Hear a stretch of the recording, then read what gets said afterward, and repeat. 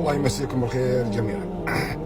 الدنيا لا زال فيها خير ولا زال في الناس خير حقيقة يا جماعة الخير. موقف حصل لي قبل شوي محرج جدا، خاصة لشخص يعني في عمري. بكل صراحة لبست ورايح للجيم،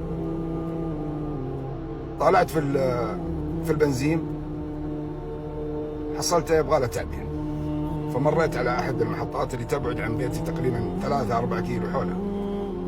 وقفت عندهم وقلت له عب 100 ريال بكل ثقة. كم أعبي؟ قلت 100 ريال.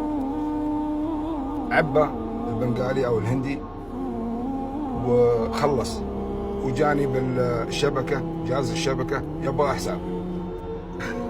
الله لا يحرجني. فعلى أساس إن الجوال معي، أدور الجوال أقول يا ولد وين جوالي؟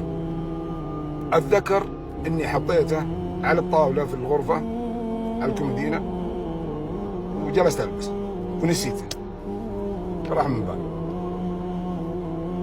هي كيف أتفاهم مع البنغالي أو الهندي ذا؟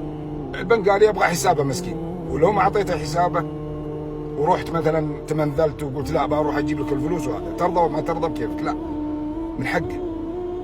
يعني هو خايف لا تخصم من راتبه، وكم راتبه؟ الله العظيم. فاستصعبت الوضع، الله ألهمني. الحمد لله. قلت فيه مدير هنا في المحطة، قال لي في واحد يماني في المكتب هو المدير على المحطة. والله بيني وبينكم يا جماعة الخير اني ثبت، قلت على الأقل أتفاهم معه بالعربي.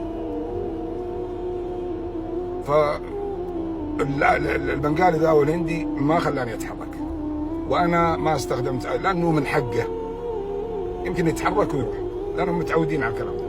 اللي حصل إني قلت له روح نادى لي. جاني أخونا اليماني بيض الله وجهه، إيش في يا عم؟ قلت والله أنا هرجتي كذا وكذا وكذا وكذا ونسيت بيتي يبعد عنكم هنا 3-4 كيلو حوله، بروح أجيب جوالي أو صرافي وأحاسبكم. فطالع فيني الرجال كذا قال ما عندك مشكلة. طلع البوك حقه من جيبه وطلع صرافته انتي اليماني، وعلى طول راح أخذ الماكينة وحاسب 100 ريال. صراحة يا رجال حطني في موقف لا يحسد عليه. قلت له لا ليش معي فلوس يا أخي بروح أجيبها. قال لا، إن الحين بيجي ناس يعبون بعدك، والصرافة تتجدد كل شوية، يعني يجددون السعر، يعني اللي يطلب 10 اللي يطلب 100 اللي يطلب 50، فلازم نحاسب عشان نقفل هذا ما نتلخبط بعدين.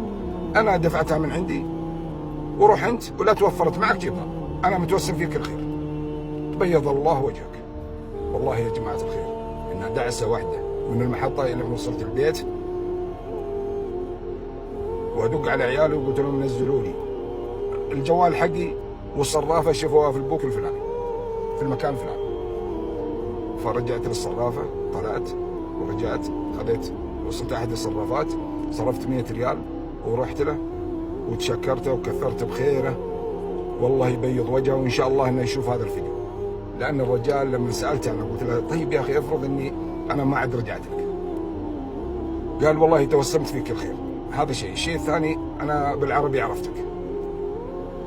قلت يعني يوم سويت الحركة ذي عشانك عرفتني حسب كلامك، ولا يعني مساعدة؟ قال لا والله إني بسويها سوى لك ولا لغيرك، لكن أنا حبيت أعلمك إني عرفتك. فكثرت بخيره وجملت بحاله.